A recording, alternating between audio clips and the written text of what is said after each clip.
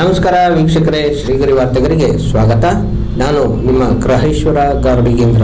ದಿನಾಂಕ ಮಾರ್ಚ್ 29, 2026ರಂದು ಮೈಸೂರಿನ ಕರ್ನಾಟಕ ಪೊಲೀಸ್ ಅಕಾಡೆಮಿಯಲ್ಲಿ ಭಾನುವಾರ ನಡೆದ 46ನೇ ತಂಡ ಪೊಲೀಸ್ ಉಪ ಆಯುಕ್ತರ ನಿರೀಕ್ಷಕರ ಪ್ರಶಿಕ್ಷಣಾರ್ಥಿಗಳ ನಿರ್ಗಮನ ಪಥಸಂಚಲನದಲ್ಲಿ ಗದಗ ಮೂಲದ ಅನಿಲ್ ಕುಮಾರ್ ಎಂ ತಿಪ್ಪಣ್ಣ ನವರ್ ಸರ್ವೋತ್ತಮ ಪ್ರಶಿಕ್ಷಣಾರ್ಥಿ ಮಾನ್ಯ ಮುಖ್ಯಮಂತ್ರಿ ಸಿದ್ದರಾಮಯ್ಯ ಅವರಿಂದ ಬಹುಮಾನ ಪಡೆದರು. ಇದೇ ಸಂದರ್ಭದಲ್ಲಿ ಗೃಹ ಸಚಿವ ಡಾಕ್ಟರ್ ಜಿ. ಪರಮೇಶ್ವರ್, ಜಿಲ್ಲಾ ಉಸ್ತುವಾರಿ ಸಚಿವ ಡಾಕ್ಟರ್ ಎಚ್. ಸಿ. ಮಹದೇವಪ್ಪ, ರೇಷ್ಮೆ ಸಚಿವ ಕೆ. ವೆಂಕಟೇಶ್, ಶಾಸಕ ಟಿ. ಎಸ್. ಶ್ರೀವತ್ಸ, ರಾಜ್ಯ ಪೊಲೀಸ್ ಮಹಾನಿರ್ದೇಶಕ ಡಾಕ್ಟರ್ ಎಂ. ಎ. ಸಲೀಂ, ತರಬೇತಿ ವಿಭಾಗದ ಹೆಚ್ಚುವರಿ ಪೊಲೀಸ್ ಮಹಾನಿರ್ದೇಶಕ ದೇವಜ್ಯೋತಿ ರೇ, ಕೆಪಿಎ ನಿರ್ದೇಶಕ ಎನ್. ವಿಷ್ಣುವರ್ಧನ್, ಉಪನಿರ್ದೇಶಕ ಎಸ್. ಎಲ್. ಚನ್ನಬಸವಣ್ಣ ರವರು ವೇದಿಕೆಯಲ್ಲಿ ಉಪಸ್ಥಿತರಿದ್ದರು. ಅಕಾಡೆಮಿಗೆ ದಿನಾಂಕ 29/1/2025 ಬುನಾದಿ ತರಬೇತಿಗೆ ವರದಿ ಮಾಡಿಕೊಂಡು 1 ವರ್ಷದ ಯಶಸ್ವಿ ಬುನಾದಿ ತರಬೇತಿಯನ್ನು ಪೂರೈಸಿರುತ್ತಾರೆ. ಈ ಪ್ರಶಿಕ್ಷಣಾರ್ಥಿಗಳು ತರಬೇತಿಗೆ ಸಜ್ಜುಗೊಳಿಸಲು ಮೊದಲು ಶೂನ್ಯವಾರದಲ್ಲಿ ಎಲ್ಲ ಬೋಧಕ ವರ್ಗದವರು ಸೂಕ್ತ ಮಾರ್ಗದರ್ಶನ ನೀಡಿ ತರಬೇತಿಗೆ ಅಣಿಗೊಳಿಸಲಾಗುತ್ತದೆ ಹಾಗೂ ಅಂದಿನ ಎಡಿಜಿಪಿ ತರಬೇತಿರವರು ತರಬೇತಿಗೆ ಲಿಖಿತ ಸಲಹೆಯನ್ನು ನೀಡುತ್ತಾರೆ. ಉಳಿಯೇಟು ಬಿದ್ದ ಕಾಲದಲ್ಲೂ ಕೂಡ ಸುಂದರ ಶಿಲೆಯಾಗಿ ಹೊರಹೊಮ್ಮುತ್ತದೆ.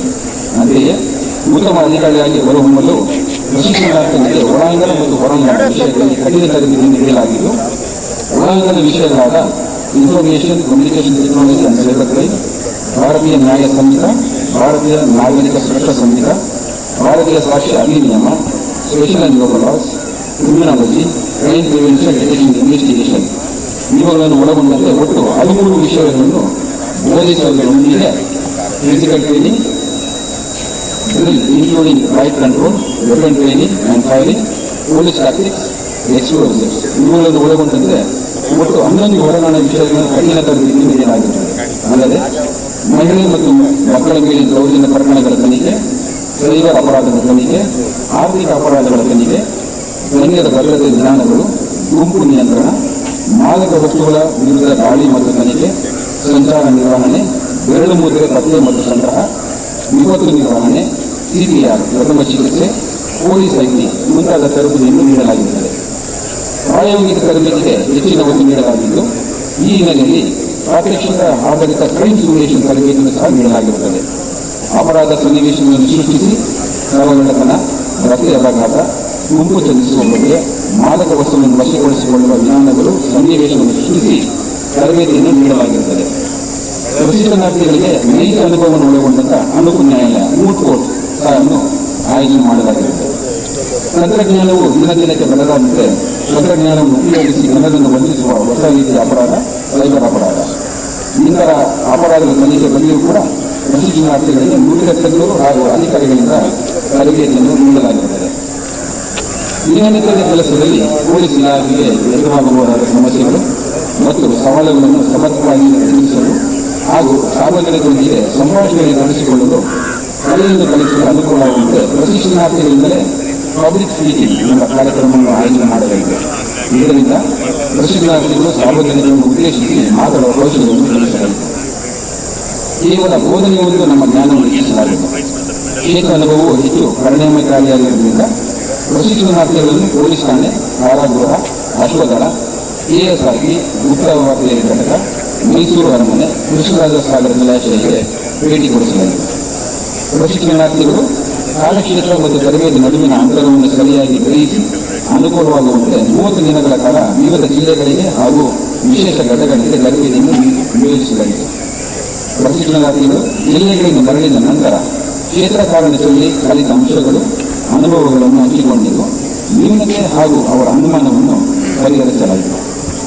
A great man is different from an eminent one in that he is ready to be servant of the society. Doctor B.R. Ambedkar.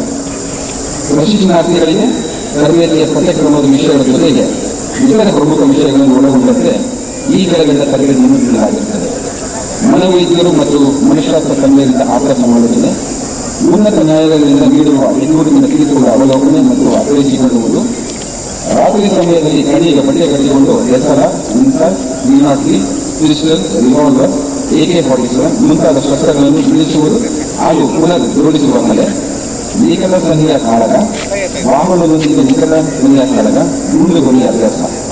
ಧೈರ್ಯ ಮತ್ತು ಆತ್ಮವಿಶ್ವಾಸವನ್ನು ವೃದ್ಧಿಗಾಗಿ ಅಶ್ವಾರೋಹಣ ಹಾಗೂ ಇತರ ತರಬೇತಿಗಳನ್ನು ನೀಡಲಾಗಿದೆ.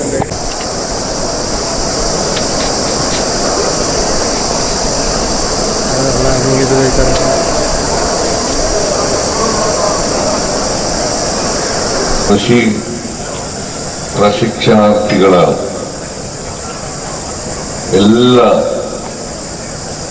ಮಾನ್ಯ ಸದಸ್ಯರುಗಳೇ, ಅವರ ಕುಟುಂಬ ವರ್ಗದವರ ಎಲ್ಲ ಸದಸ್ಯರೇ, ಈ ಥರ ಎಲ್ಲ ಒಂದು ಭಗಿನಿಯರೇ, ಮಾಧ್ಯಮದ ಸ್ನೇಹಿತರೆ,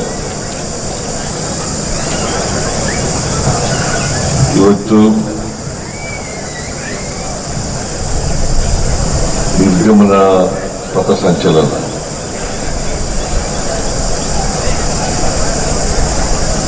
ಕರ್ನಾಟಕ ಪೊಲೀಸ್ ಅಕಾಡೆಮಿ ಮೈಸೂರು ಘಟಕದ 46ನೇ ತಂಡ ಅವರು ತರಬೇತಿಯನ್ನು ಪಡೆದು ಅವರೆಲ್ಲರೂ ಕೂಡ ಸೇವೆಗೆ ಸೇರ್ಪಡೆಯಾಗ್ತಕ್ಕಂಥ ಸಂದರ್ಭ.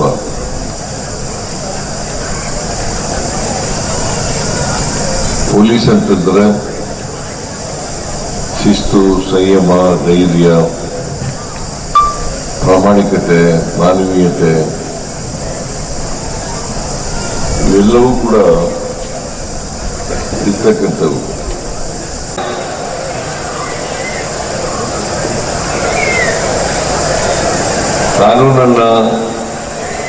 ಕಾನೂನಿನ ಸುವ್ಯವಸ್ಥೆಯನ್ನು ಕಾಪಾಡಬೇಕಾದದ್ದು ಅತ್ಯಂತ ಅವಶ್ಯ ಅಂತಕ್ಕಂಥ ಮಾತುಗಳನ್ನ ಈ ಸಂದರ್ಭದಲ್ಲಿ ಹೇಳ್ತೇನೆ. ಜೊತೆಗೆ ನಿಮ್ಮನ್ನೆಲ್ಲ ನೋಡ್ತಕ್ಕಂಥದ್ದು ಸರ್ಕಾರದ ಪ್ರತಿನಿಧಿಗಳಾಗಿ ನೋಡ್ತಾರೆ ಹೊರತು ಬೇರೆ ದೃಷ್ಟಿಯಿಂದ ಅಲ್ಲ. ಆದ್ರಿಂದ ನೀವೆಲ್ಲರೂ ಕೂಡ ಸರ್ಕಾರದ ಪ್ರತಿನಿಧಿಗಳು, ಜವಾಬ್ದಾರಿಯುತವಾಗಿ ಕೆಲಸ ಮಾಡಬೇಕು.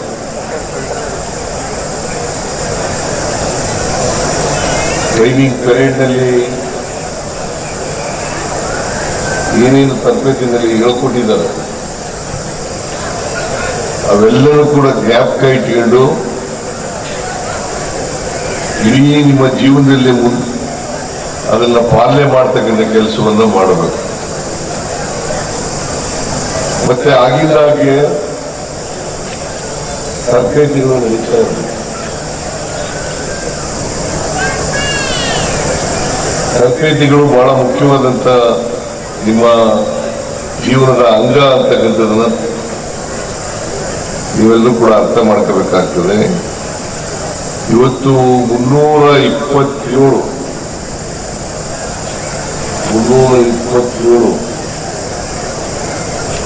ಸಬ್ ಇನ್ಸ್ಪೆಕ್ಟರ್ಗಳು ನೀವು ಸೇವೆಗೆ ಸೇರ್ಪಡೆ ಆಗ್ತಾ ಇದ್ದೀರಿ.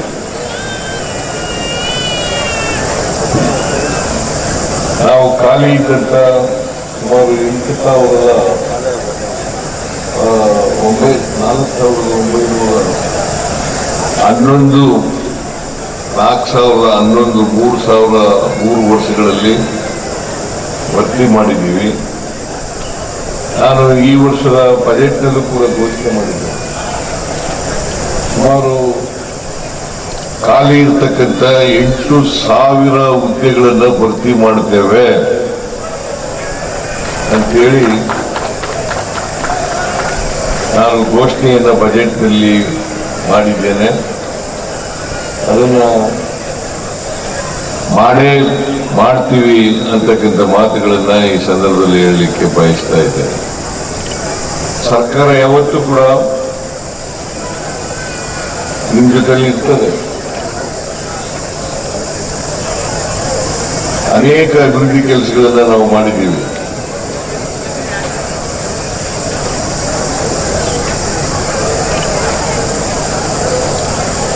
ಅಭಿವೃದ್ಧಿ ಕೆಲಸಗಳನ್ನ ಮಾಡಿಕೊಡುವಾಗ ಸರ್ಕಾರ ಹಿಂದೆ ಮುಂದೆ ನೋಡೋದಿಲ್ಲ ಅಂತಕ್ಕಂಥ ಮಾತುಗಳನ್ನು ಕೂಡ ಈ ಸಂದರ್ಭದಲ್ಲಿ ಹೇಳಲಿಕ್ಕೆ ಬಯಸ್ತೇನೆ. ನೀವು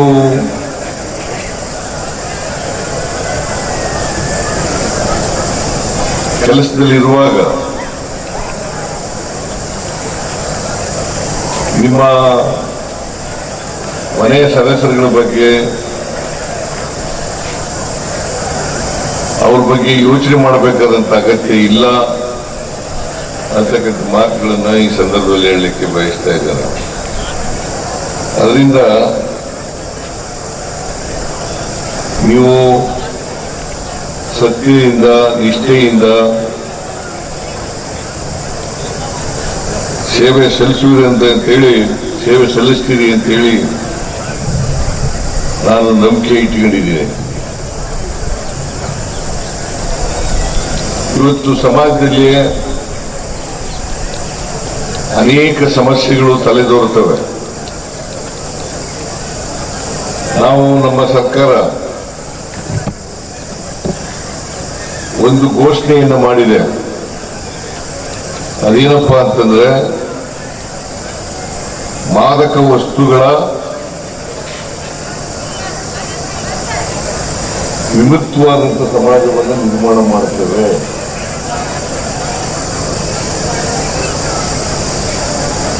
ಯಾವುದೇ ಕಾರಣಕ್ಕೆ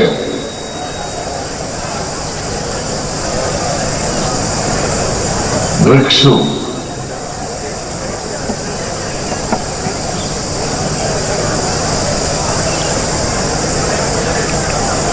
ಮುಕ್ತವಾದಂತ ಸಮಾಜ ನಿರ್ಮಾಣ ಮಾಡ್ತೀವಿ ಅಂತ ನಾವು ಘೋಷಣೆ ಮಾಡಿರೋದ್ರಿಂದ